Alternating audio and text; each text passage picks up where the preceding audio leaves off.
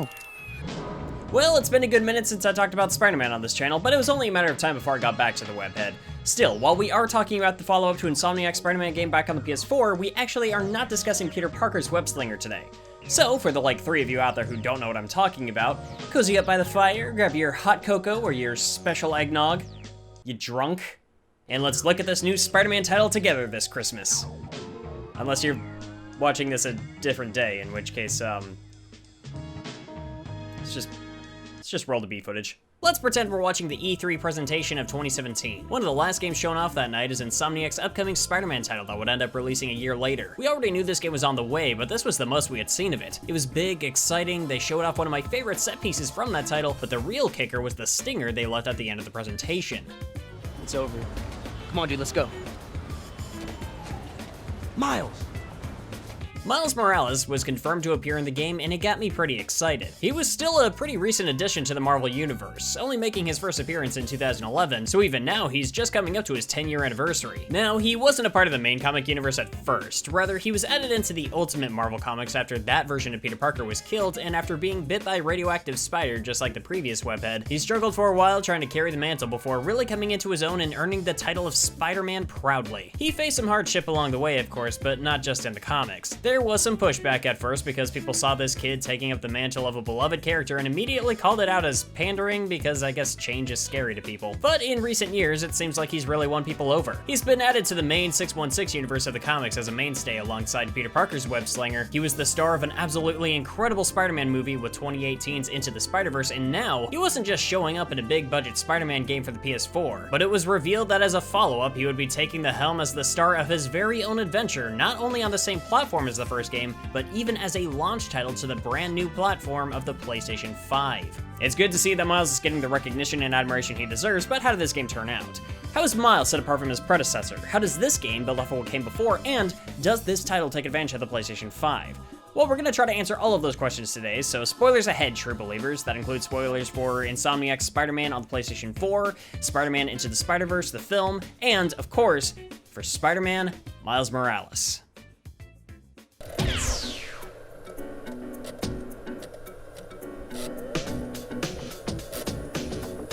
Seems like a while ago since I looked at the first Spider-Man title. I guess it has been like 2 years, but it's worth mentioning that the events of this game carry over relevant information from not only the main campaign of the first title, but also its DLC. So you'll want to make sure that you're up to snuff on all the details before jumping into this, but the game does offer a little optional recap video in case you miss some stuff. That being said, it's not like the plot here is terribly complicated or anything, it's actually fairly straightforward. And honestly, I might go as far as to say it's a little by the numbers. It's got some elements that even things out and create an overall positive experience, but let's tackle one thing at a time here. I mean, if nothing else, this game has a really strong opening, and there are a few things done here that I'm really happy about. First, I like seeing Miles and Peter together here. They've got some fun banter, you've got the contrast between a seasoned hero and someone who's still learning the ropes, so it's a good way to start. How are you drinking? Very carefully. Pete and Miles leave to help watch over a convoy that's transporting one of the former members of the Sinister Six from the raft, and after the whole thing goes south, we see that it was the Rhino who was in there, who starts causing all kinds of havoc, and the opening set piece of the game starts, and I like most of this, but I do have an issue to point out here. Just to get it out of the way now, this is all set dressing. The beginning of the game is going to lay down a lot of groundwork here, so there's a lot that happens here I want to cover. But I'm not stopping to describe every event of the plot, or going into tangents over every piece of dialogue or gameplay mechanic. There's a lot of smaller things to discuss in this game, and I'm gonna try to stay focused here, so just bear with me. Something I do like, and this might sound strange at first, but Miles doesn't have his suit yet. The last time we saw Miles was at the end of the Silver Lining DLC from the first game, where his spider training was first beginning, and with the time skip we have here, I was afraid we were gonna miss out on some of the more enjoyable aspects of Miles learning to use his powers and growing into his own, but thankfully we don't miss out on much of that. Miles knows how to swing, he knows how to punch, he's just not on Peter's level yet. So we see Miles taking care of a bunch of escaping raft prisoners while Peter is busy trying to rein in the Rhino in the background, and this does a couple of fun things, but I do also want to highlight some stuff. The first is that while Miles and Peter are catching up to the convoy, one of the cables from Rhino's cage breaks, and Miles swings in to try to tether it and get a hold of the situation, but then the whole thing breaks off, and that's how Rhino, and I guess by proxy the convicts, escape, but then they try to paint it as if Miles was at fault here? Peter even tries to stop him from doing anything, like, huh? The cable broke loose. You guys already have a problem on your hands, so what was he supposed to do? Just not do anything and see what happens? Was his weight from jumping stepping on the cage what ended up breaking it? Like,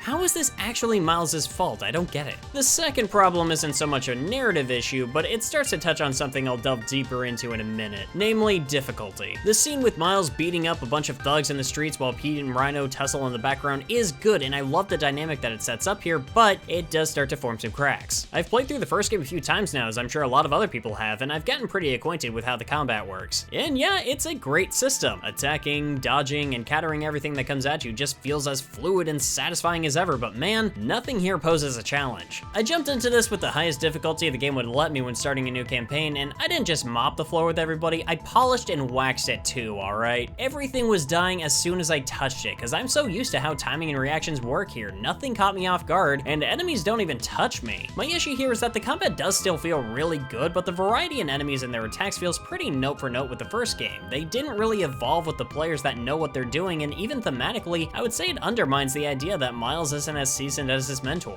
Maybe not to a drastic degree, considering the older Spider-Man is taking care of the higher grade supervillain while the younger Spidey is taking care of the small fry, but I think you know what I mean. What makes this a little worse is that after beating the game and going for a new game plus, you unlock Ultimate Mode, which means enemies hit harder and take more punishment. I found myself in a lot of situations on this mode where I was forced to not only focus on dodging and punching, but because enemies took longer to put down, I was constantly trying to use items around the environment or my webs to improvise and incapacitate enemies in more creative ways. The higher difficulty incites a greater utilization of just how much freedom is here when it comes to fighting that the easier difficulties don't force you into, but it sucks that I have to beat the campaign before getting the ability to play this mode of the game that's just more fun. I'm not trying to sound too sour here. I mean, I do still like this section and it is still exciting. It doesn't keep you in one place, but rather it keeps you moving around a variety of different locations at a pretty fast pace, and you go from doing a couple of different things to shake up this event. You fight some baddies, chase down the Rhino, steer him around a shopping mall while Peter swings around and saves people in the way, and it all culminates in this great scene where Peter is knocked out and Miles has to step up to the plate, and this is where he discovers a new ability, the Venom Strike. Turns out Miles can produce bioelectricity, and he uses it in a lot of different ways throughout the game. For one thing, it's a much more powerful attack that can be used to make faster work of stronger enemies. This fight against Rhino is a really good showcase of that, as he won't take any damage until he's stunned with a Venom Strike. You can normally fill your Venom gauge at the top of the screen by landing attacks, or since it's not a viable method during this particular fight, you can also fill it by successfully dodging attacks, and the closer you wait until an attack connects before moving out of the way, the bigger the payoff. This gauge can also be used to heal yourself, a lot like the gauge from the first game, but there was a key difference introduced here as well. In the first game, filling up a gauge meant that you could use the energy stored there to use a finisher to take out opponents in a single hit. Instant takedowns are still here, but now instead of being mapped to the gauge, they're tied to a combo meter. Land attacks in quick succession without taking any damage and make that number climb. And once you get to a 15-hit combo, you can store a finisher to use on an enemy. So something I like about this is that it helps incentivize fighting well. The player is actively rewarded for responding to combat encounters efficiently, and this sort of mechanic is a way of letting the player know that they're doing a good job by letting them utilize these takedowns. Of course, it also helps that they're presented extremely well, and I love the animations behind each one.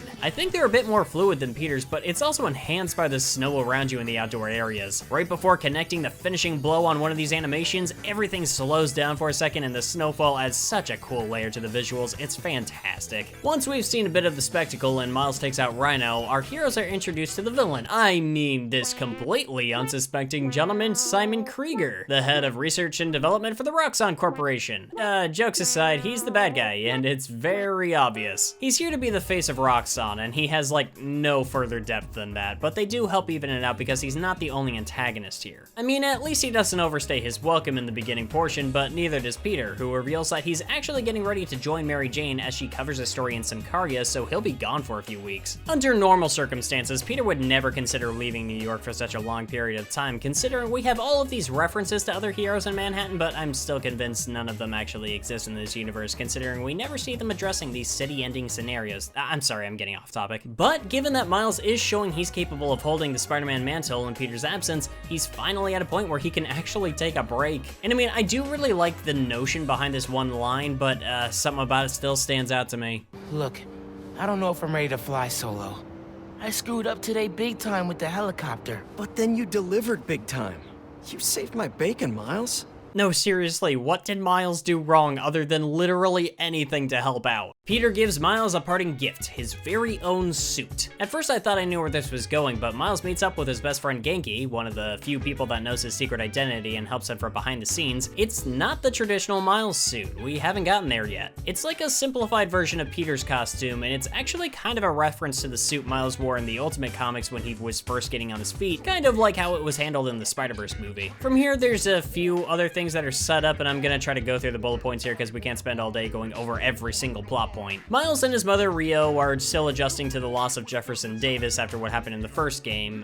Rio is running for the city council, representing Harlem, and is in a constant struggle with Roxxon, who's trying to push their new clean energy source called Nuform, which, yeah, get it? Because it's a new form of energy. Man, I used to be able to just have fun playing video games. While trying to open Roxxon Plaza, they've been shutting down a lot of small businesses, disrupting the lives of a lot of people who are already just scraping by, and that's not good, but that's not all. Miles is reunited with his childhood friend Finn, something of a technological prodigy who's a whiz with engineering and is secretly supplying a group called the Underground with weapons and gear to fight against Roxxon. Yeah, sorry for the lack of mystique there, but the game doesn't really waste a lot of time trying to hide her identity either. Actually, the story here seems really uninterested in making you guess who's who. Probably because it's either incredibly obvious to the player who's got more information to work with than the characters in the story and is capable of using context clues to put it together, or because, well, we're already familiar with these characters from other media. Miles's uncle Aaron Davis is a good example. We already know who this guy is, so when we first see the Prowler show up, he doesn't even try to hide his identity. At that rate, trying to create a mystery behind it would just be wasted time and run the risk of getting aggravating since it would be a mystery to Miles but not to the player. I can get behind that. I do at least find the Underground kind of interesting. We see Finn working with them under the nickname the Tinkerer, making it the first time a depiction of that character wasn't lame, even if the name is still a little goofy. But while we know she's leading them to some capacity, I was interested to find out that she didn't form the Underground. They've actually been around for a while as a group of wannabe high-profile thugs that keep getting overshadowed by groups like the Demons or the Kingpin, but they're happy to follow her orders since they never had a shot at any real recognition until she came along and provided them with the tools they need and a figure to target, namely Roxxon and Simon Krieger. As for her motivation, Finn's brother Rick, another good friend of Miles, was working for Roxxon and helped develop the Nuform, but he was among the first to discover that the compound causes a severe lethal illness to the people exposed to it, and when put under certain conditions, it can also have some very destructive effects. And since Roxxon is trying to establish a plaza that will serve as a big old battery to Manhattan, that's not good.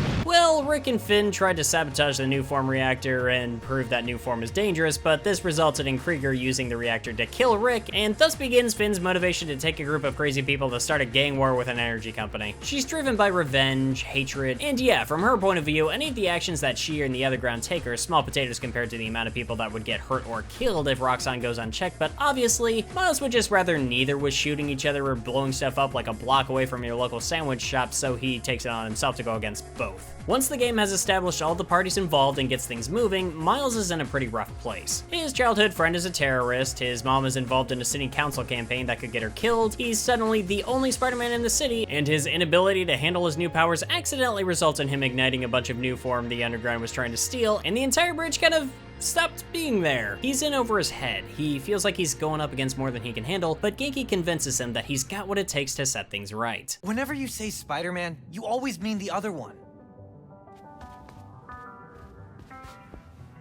You're Spider-Man. You can fix this. Your way. And you know what? I love this scene. This whole section where Miles and Genki are putting together this new suit is great, and I love the way the music is used here to emphasize this moment. I think that Into the Spider-Verse kind of set the bar for how people expect a Miles Morales story to be told, and you can see that here. The game actually uses more licensed music than I would have expected, but I think it helps enhance each moment of the game that it's used in, but the licensed songs aren't the only good stuff here. The score overall adds this hip-hop vibe to the background, and it's so fantastic. I think it adds a ton of energy to the gameplay, and just swinging around the city while this plays has such a triumphant feeling behind it. And actually, you know what, can we talk about that for a second? The story is on hold for now. Let's talk about what this game really nails down. The first game helped establish some of the best web swinging mechanics we've ever seen in a Spider-Man game. I loved the way it felt in that game, but wow, Miles Morales gave me something I didn't even know I needed, but on the surface, it's such an obvious inclusion. After letting go of a web, you can hold down the square button and move the analog stick in any variety of directions, and Miles will pull off tricks in midair, and dude, this is so good. Man, I can't even imagine how much time went into these mechanics. Chaining different moves together results in unique tricks, and you can catch yourself on a web while in the middle of any of them, and it always feels so natural, like the animations are completely seamless. And I have no idea how they nailed this down so perfectly, but swinging around the city is such a rush when you're constantly flipping around and spinning, and it's just so perfect. Performing air tricks also fills up your Venom meter, and you can use it to launch yourself through the air, and man, it's so much fun. I was live streaming this game one night, and there was a little section in there where I stopped making any progress because I was so distracted by how much fun traversal is in this game. This is an absolute triumph in my opinion, especially when building off of mechanics from the first game that were so universally praised. You know what else this game really built on? Stealth. Back during the bridge incident, he discovers he has the ability to turn invisible for a limited amount of time, and I love messing around with this mechanic. Obviously, it doesn't last forever, and if you start punching away at people, you'll be visible again, but there were plenty of times I approached a fight and suddenly wanted to test myself to see if I could take out everyone without even being detected. And I like how this game actually addresses an issue that I had with the first game, where I wanted to use the stealth mechanics on something like a base filled with Kingpin's men or the demons, and once you take out the first wave, the whole base is just alerted to your presence and you have to fight everyone anyway. That is not the case here. You can actually stealth your way through an entire base and take out everybody without throwing a single punch. There's even an achievement for it, and I love that. If I did have one criticism on that aspect though, give me like 1 or 2 missions where stealth is just straight up mandatory. You've got all the tools here where the ability to sneak around and incapacitate people completely unseen is so fluid, so fun, and so practical, but I'm missing the stakes for failure. Now there is one string of missions kind of like this. Peter left behind a bunch of augmented reality tests to train Miles while he's away, and a couple of these are based on the stealth mechanics. In fact, there's certain abilities in this skill tree that can only be unlocked by completing these challenges, which I personally think is a really great addition. It helps add to the incentive of completing these specific challenges. But there's one in particular where you've got these holograms guarding a bunch of fake Peter Parkers, and I love how goofy this is for one thing. Oh, thank you, Spider-Man! You're well. Oh, right. But it also really made me wish that there was at least one mission where you need to take out a bunch of goons to save hostages. Like, no holograms, no room to get seen, you either stay hidden and stay quiet, or you're putting hostages in danger. You know, something with a bit of tension. Idea for the sequel, I guess? Here's hoping. Now, those Peter terminals aren't the only things to find out in the city. Just like in the first game, there is a ton of stuff to find out on the island of Manhattan, and it's all introduced at a pretty reasonable pace. There's a ton of time capsules to find that Miles and Finn hid all over the place that helps inform parts of their friendship. There's loot hidden by the underground that you can use to advance your own tech, as well as locations they've been using as bases. Sometimes their little tech crates are hidden in these, and it's neat trying to find them. We've also got Roxxon labs hidden around where we see Miles use his ability to absorb electric energy and discharge it to disable the smaller new form reactors that are being developed in each location. There's also your standard randomized crimes to stop, and they keep the variation cranked up. Uncle Aaron sends you to collect sound samples of the noise coming from NYC, and each time he leaves a recording that helps explain how his relationship with Miles' father fell apart. There is also an extra side quest to complete once the main campaign is over, and while it isn't anything complicated, I do think it's sweet and I'd rather not spoil it. One thing I will say is that I absolutely love the pigeon side quest, where you're tracking down these lost pigeons for this bird keeper Howard, only to find that they were taken by a bunch of crooks who were trying to use them as carrier pigeons to communicate with each other and plan crimes. And the best part is, the game knows, alright? Like, everyone involved knows how stupid this is, and they just play it up so well. More of this, please. I love the serious stuff in comic books, but I really need to see the games play around with this goofy nonsense more.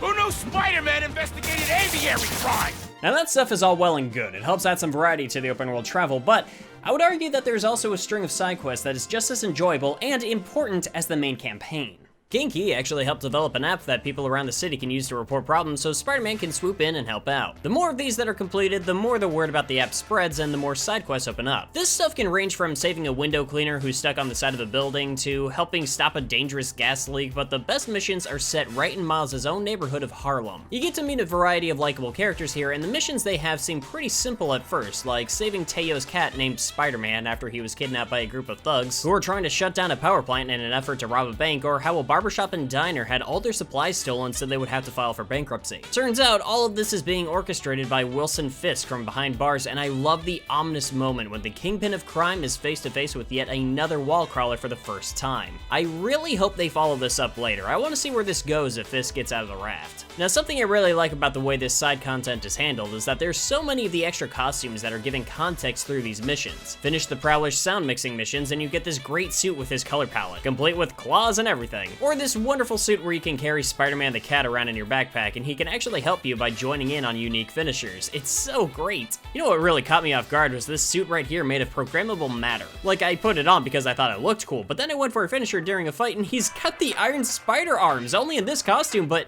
wow, I was not expecting that. And I know everyone has already geeked out about the Spider-Verse suit, but let me have this because it's everything I could have wanted out of this costume. Man, every detail is perfect. The way the shading works, the way his proportions are matched to that sleek animation, the visor mod that lets you see those comic effects when you punch people, and yeah, I played basically the entire game with this on no matter what suit Miles was wearing, and the frame rate mod, oh man, the frame rate mod. It cuts his animations down to 12 frames per second, and he moves just the way he did in the movie. It looks so wonderful. I mean, you can use this on any suit, but I definitely think it looks best on either this Spider-Verse suit or the animated suit, but man, it is such a great addition. You even get this sick black and gold suit for helping out everyone in Harlem, and you can definitely tell this one holds some special significance to Miles and the Harlem community. And that really is at the heart of all this. You've got all of New York City open to you, but Miles is a Harlem kid. He's got a special connection with the people living there and the struggles they all go through. His interactions with the people here have such a great amount of heart behind them. It can be stuff as simple as him using ASL to communicate with this girl Haley, who's hearing impaired. It's the sort of thing that adds a bit of wholesomeness to the characters, and it makes it easier to relate to them. And the representation hits home here. One thing in particular I really liked was that they let Miles and his mother showcase their Puerto Rican heritage. I liked how Rio would call him over the phone and she would just kind of weave between English and Spanish mid-conversation. It comes off as very real and natural. It's the sort of detail that helps make it easier to connect with the character when it feels like they're really just being themselves and not holding any part of themselves back. And that human connection is at the core of the story here, and I think it's what helps elevate the narrative from being a sort of by-the-numbers story about an evil corporation willing to risk their lives to get more money, and makes me care a bit more about it because I care about the people involved. I care about Harlem in this game. I care about these characters and the people being affected. I like how Aaron takes on the Prowler persona from his old thieving days so he can keep an eye on his nephew, but the more he keeps standing in the way while trying to help, the more his relationship with Miles fractures, culminating in a pretty tense fight between them. And special props to how he uses his cloaking tech during this fight. It takes something that the player has been using to their advantage throughout the entire game and turns it against them. It's one of the few times the combat in the game caught me off guard, and I appreciate the level of tension that it helped bring. I also like how Miles' job as Spider-Man is revealed to his mother, and they have a great little heart-to-heart, and we see this amazing amount of pride that she has in her son for doing what he believes in, and yeah,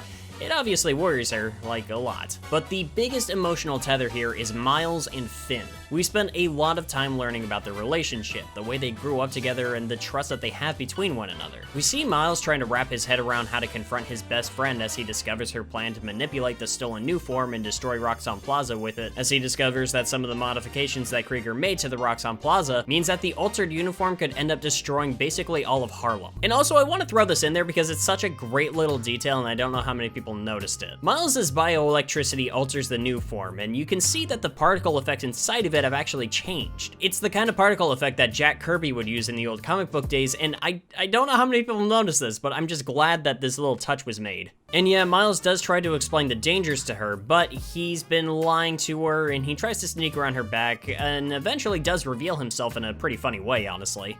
Give me one good reason not to end you. My mom would be very upset. You what? And yeah, I know, I get it. He is really bad at keeping his identity a secret, but just you wait.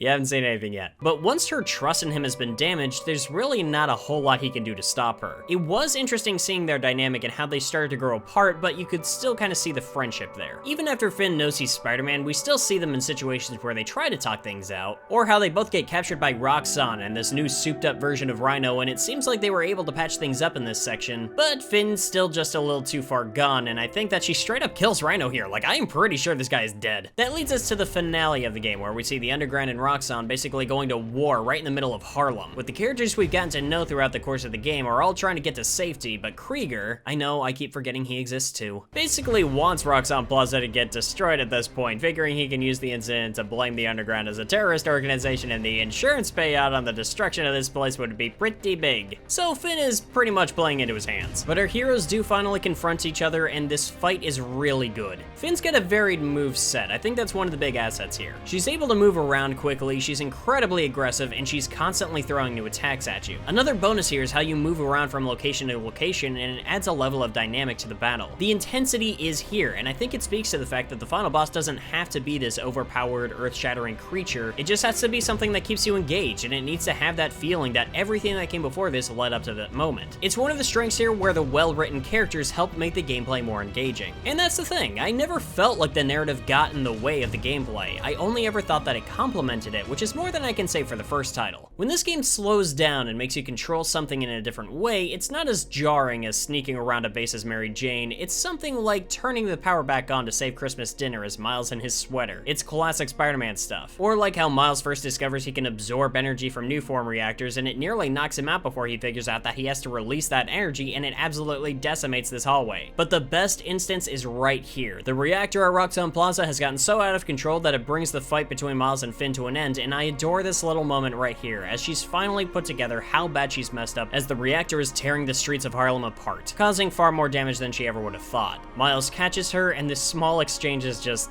everything. I'm sorry. It's okay.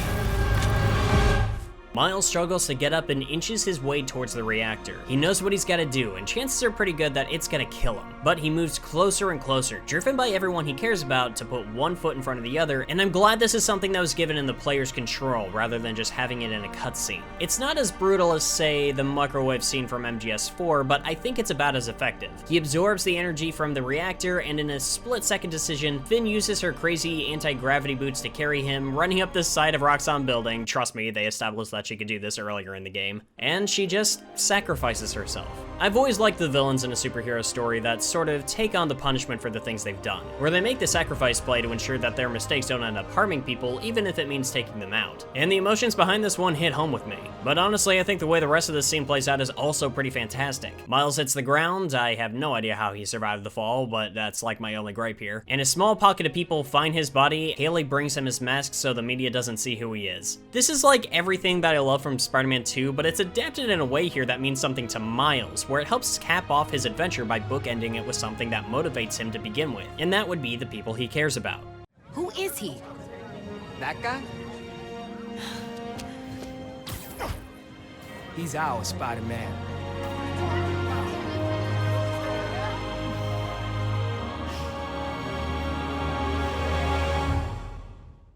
His uncle Aaron turns himself in, using the information he's gathered from when he worked with Roxxon to provide dirt on Krieger, sacrificing his freedom for the greater good. Miles has probably like a dozen people who know who he is now, but like, it works. Like, I really love that this kid has such a great community of people backing him up, and I actually like that this game kind of lampshades this difference between him and Peter. Now that my mom knows about, you know, how much do you think I should tell her? Like, should you tell her about every cracked rib and supervillain with a vendetta? That is tough. I never had to face that question with May.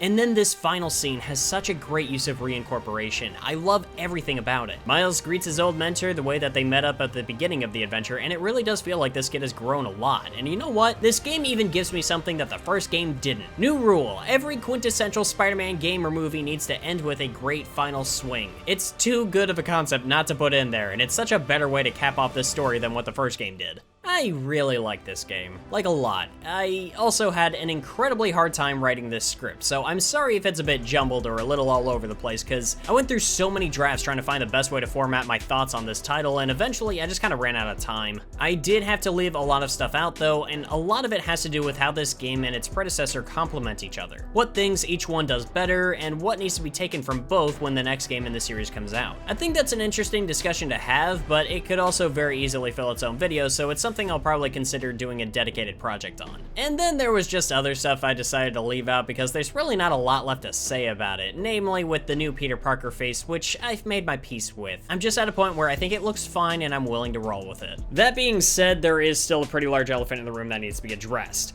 I mean, all things considered, the mechanics are solid, the gameplay is really finely tuned, but the code is, less so.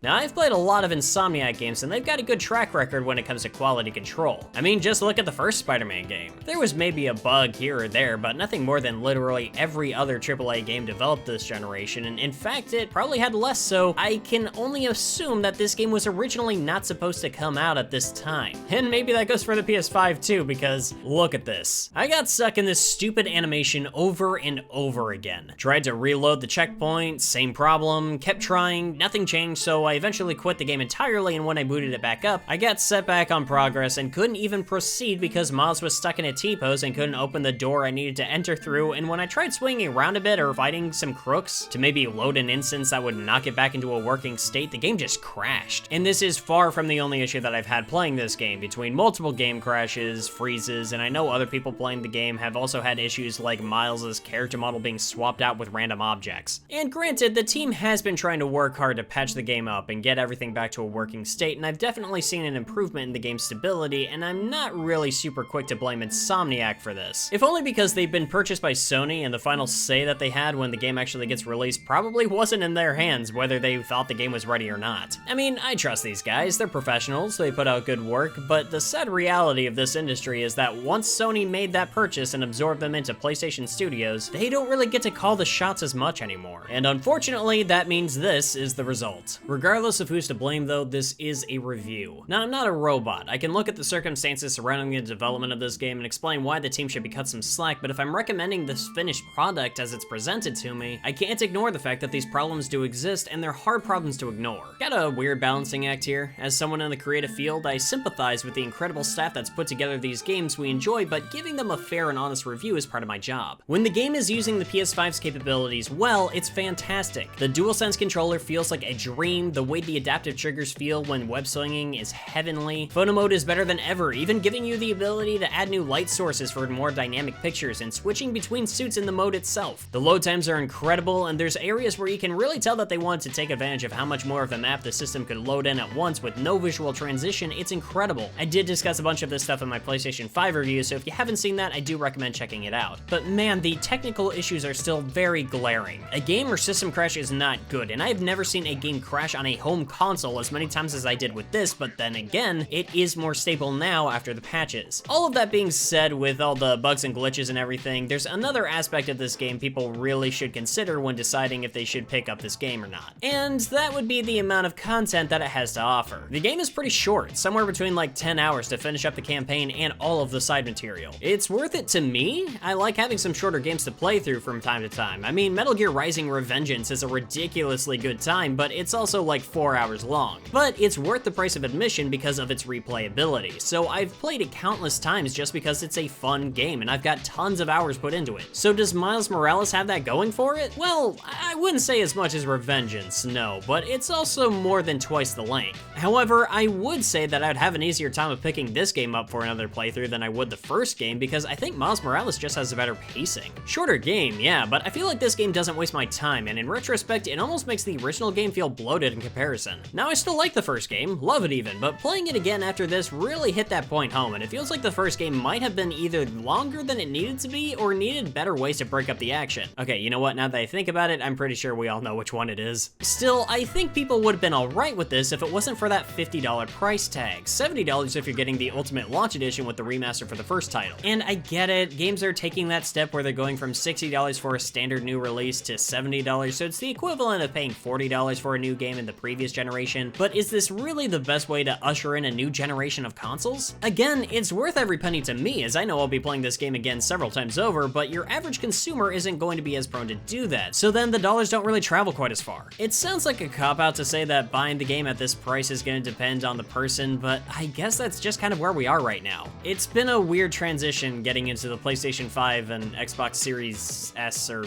X, or can you guys just name your consoles like normal people? I work at a used game store and this holiday season has brought in so many confused parents because of you people. Sorry. Again, I do apologize if my thoughts weren't as concise as I generally try to keep them for these videos, but like I said before, this was a crazy beast of a game to tackle. Miles Morales does a lot to build on what came before, and I really enjoyed the changes that are made here, but I'm really hoping that the next title in the series gives us more to do with these mechanics that are laid out here, and ideally have a more stable experience while we're at it. So what does the future hold for the Harlem Spider? I'm not sure, but I can't wait to see. Even when things get rocky, Miles has proven that he's more than worthy of the title of Spider-Man. What a year it's been. I mean, if nothing else, this is the most active I've ever been on this platform, and I want to keep that pace up, but the next time you see me, it's probably going to be my first review of the fresh new year of 2021. Whatever that new year brings, good or bad, let's take it on together. And on that note, I want to give a very special thanks to my friend Josh. I commissioned him to draw the thumbnail for this review. We were friends in college and we were both studying animation, but I also knew that Miles meant a lot to him, especially in terms of representation, so I wanted to try to find a way to make him a part of this review. So I'm going to include his information in the description of this video. If you want to check him out, go support his stuff. I know we would both really appreciate that. But thank you all for joining me in this crazy, messed up year of 2020. It's been a trial for all of us, and I know you've probably been hearing a lot of that this time of the year, but it's something that we're all kind of collectively feeling. Something that's definitely helped me out this year is that while it's definitely kept me busy and stressed me out from time to time, having this YouTube channel has meant the world, and the people that I've met through it, the community that's been building because of it, you guys have helped me out get through this year so much more than words could express. And I look forward to seeing you again in the next year to come. So until next time, you can find me on Twitter, Twitch, Discord, whichever you prefer, links in the description, and of course, as always, spread the word, tell your friends, and until we see each other again, thank you so much for watching. See you next mission.